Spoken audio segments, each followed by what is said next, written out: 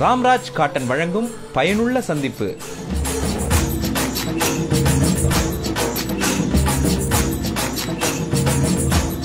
ஊட்டச்சத்தும் சுவையும் அதிகம் இருக்கிற உணவு மீன்.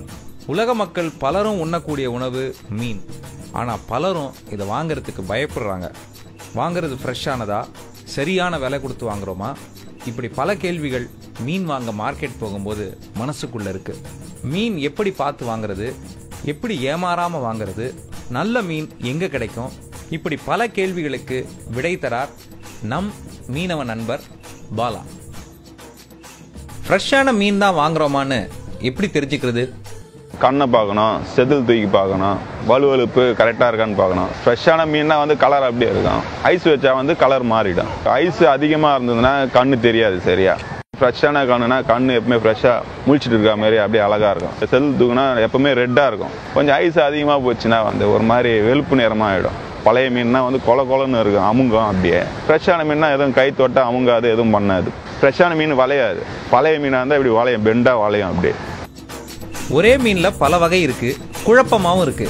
சரியானதை எப்படி வாங்குறது? கலரை வச்சு தான் வித்தியாசம் வாங்கணும். வவ்வால்லையும் 3 விதம் இருக்கு.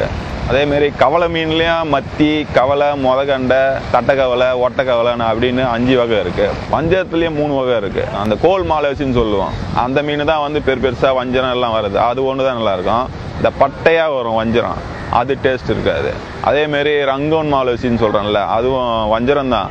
அதுக்கு பிளாக்கா வரும்ல, அது டேஸ்ட் கம்மியா இருக்கும். அது வந்து தோல் ஃபுல்லா முள்ளு இருக்கும். அந்த தோலை எடுத்து ஸ்கின்னை எடுத்துட்டு தான் சாப்பிடணும். அது பாறையில தான் அதிகமாக இருக்கிற வெரைட்டிஸே பாறையில தான். அந்த ராப்பாறை இருக்குது, குளும்பாறை, அப்புறம் பெரும்பாறை, செம்பாறை, பெருங்கன் பாறை.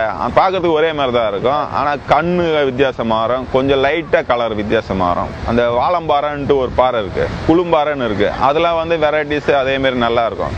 மற்றது வந்து இந்த கொமார பாறை, அதெல்லாம் வந்து ஸ்கின் ரஃப்பாக இருக்கும், சாப்பிட்றதுக்கு டேஸ்ட் இருக்காது. உள்ள வந்து பிளாக்காக இருக்கும். அப்படியே மற்ற பாறைலாம் வந்து ஒயிட்டாக இருக்கும். சங்கராவில் மொத்தம் 4 வெரைட்டிஸ் இருக்குங்க. செதில் கொஞ்சம் வலுவலுப்பா சாஃப்டா இருக்கும் சங்கரான்ற மீன். நகரன்றது வந்து கொஞ்சம் ரஃப்பா இருக்கும் மீன். ஆனால் குழம்புல போட்டால் உடஞ்சிடும் அந்த மீன். கல் சங்கராவில் 2த்துலேயும் பல்லு இருக்கும், ஷேப்பு கொஞ்சம் அகலமாக வரும். மட சங்கரா வந்து சைஸ் வந்து பெருசாக இருக்கும், வாய் திறந்து இருக்கும், வாயில் ஒரு மாதிரி நாக்கு வெளியே வந்து இருக்கும். இப்போ கிழங்க, வெள்ளை கிழங்கா வந்து சைஸே இப்படி தான் இருக்கும். அதோட வாய் வந்து ஊசியாக இருக்கும்.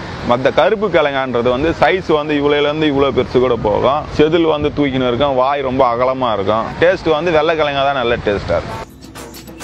சில நேரம் ஏன் மீனோட விலை ரொம்ப அதிகமாக இருக்கு?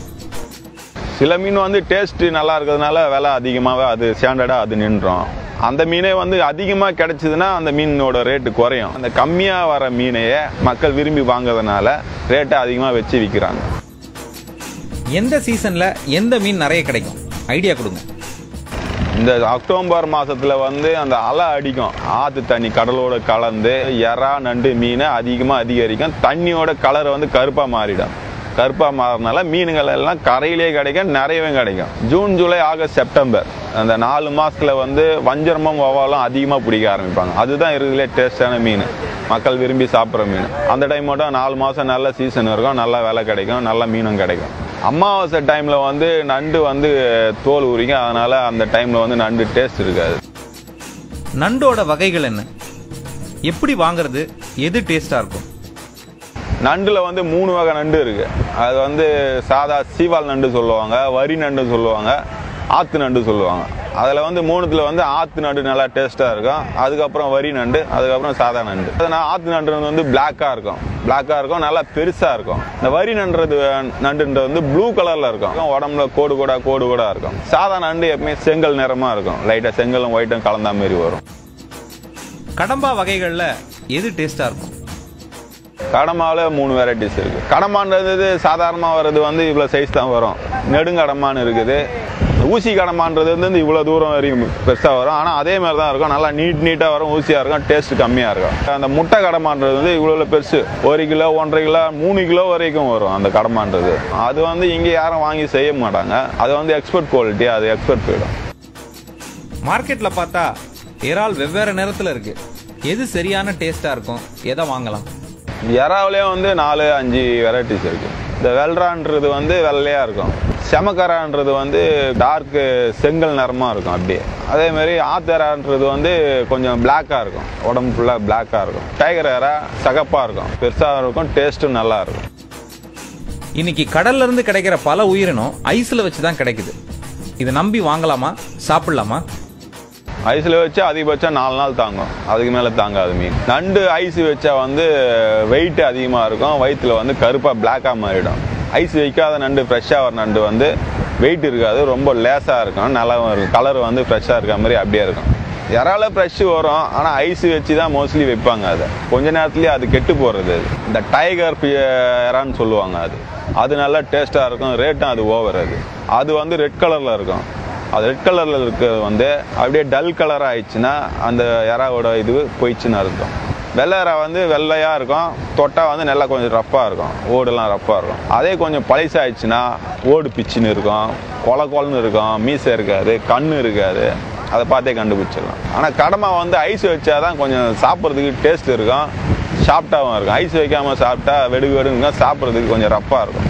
அதிகமாக ஐஸ் ஊறிச்சுன்னா வந்து கடமையோட சைஸ் வந்து குறைஞ்சி அமுந்துடும், ஃபுல்லாக சப்பையாயிடும், இந்த கழுத்துலாம் வந்து நீங்கி மேலே வந்துடும். சென்னையில் நிறைய வகையான ஃபிஷ் ஃப்ரெஷ்ஷாகவும் சீப்பாகவும் எங்கே கிடைக்கும்? ஃப்ரெஷ்ஷாகவும் சீப்பாகவும் வேணும்னாக்கா காசிமேட்டில் கிடைக்கும். ஏன்னா மீன் நிறைய அங்கே இறக்குறாங்களே, அதனால அங்கே நல்லா சீப்பாக கிடைக்கும். கடற்கரையில் மீன் வாங்குறதுக்கும் பெரிய மார்க்கெட்டில் வாங்குறதுக்கும் என்ன வித்தியாசம்?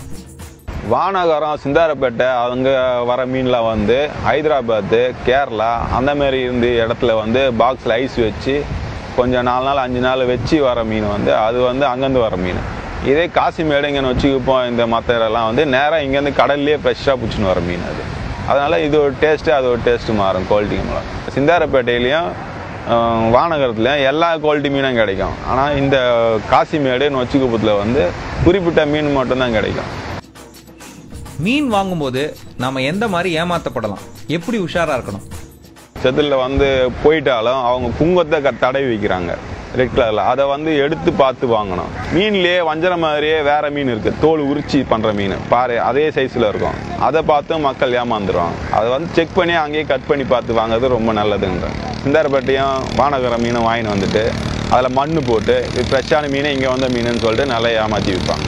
ஒரு மீன் மாதிரி இன்னொரு மீனும் அதே டேஸ்ட் தாங்க இருக்குன்னு சொல்லும்போது அதோட ரேட்டு கூட கொடுத்து வாங்கினால அது மக்கள் ஏமாறுறாங்க. கடல்வாழ் உயிரினங்கள்ல சிலது முள்ளு, விஷம், இப்படி பிரச்சனை இருக்க, எப்படி நம்ம உஷாரா வாங்கி சாப்பிட்றது? திருக்க மீன்ல முள் இருக்கு, அதை முள்ளை எடுத்துட்டு தான் சாப்பிடணும், வாலில் இருக்கிற முள்ளை கட் பண்ணிட்டு தான் சாப்பிடணும். இந்த மாதிரி கடமான்ல வந்து மை எடுத்து சாப்பிடணும். இது பேர் ஓரா, ஆனால் முள் இருக்கு, இங்கே பாருங்க இந்த முள்ளுலாம் குத்தினாலே கொஞ்சம் ஹாஸ்பிட்டலுக்கு போகிற அளவுக்கு கொஞ்சம் இது இருக்கும். எல்லா மீன்களையும் வீட்லேயே சுத்தம் செய்ய முடியுமா? மக்கள் வந்து பொதுவாக பண்ணுற மிஸ்டேக் வந்து மீனை வந்து இங்கேயே கட் பண்ணாமல் வீட்டுக்கு எடுத்துன்னு போகிறது வந்து அது வந்து பொதுவாக பண்ணுறது. ஏன்னா இங்கே வந்து கரெக்டாக க்ளீன் பண்ணி கொடுப்பாங்க. சில மீன்கள் இருக்குது, முள் இருக்கும், இந்த முள்ளுலாம் குத்துனா வந்து விஷம் இருக்கும். இந்த முள்ளுலாம் இங்கேனாக்கா கரெக்டாக க்ளீன் பண்ணுவாங்க, எல்லாம் பண்ணுவாங்க. விலை பேசி வாங்கும்போது மக்கள் செய்யும் தவறு என்ன?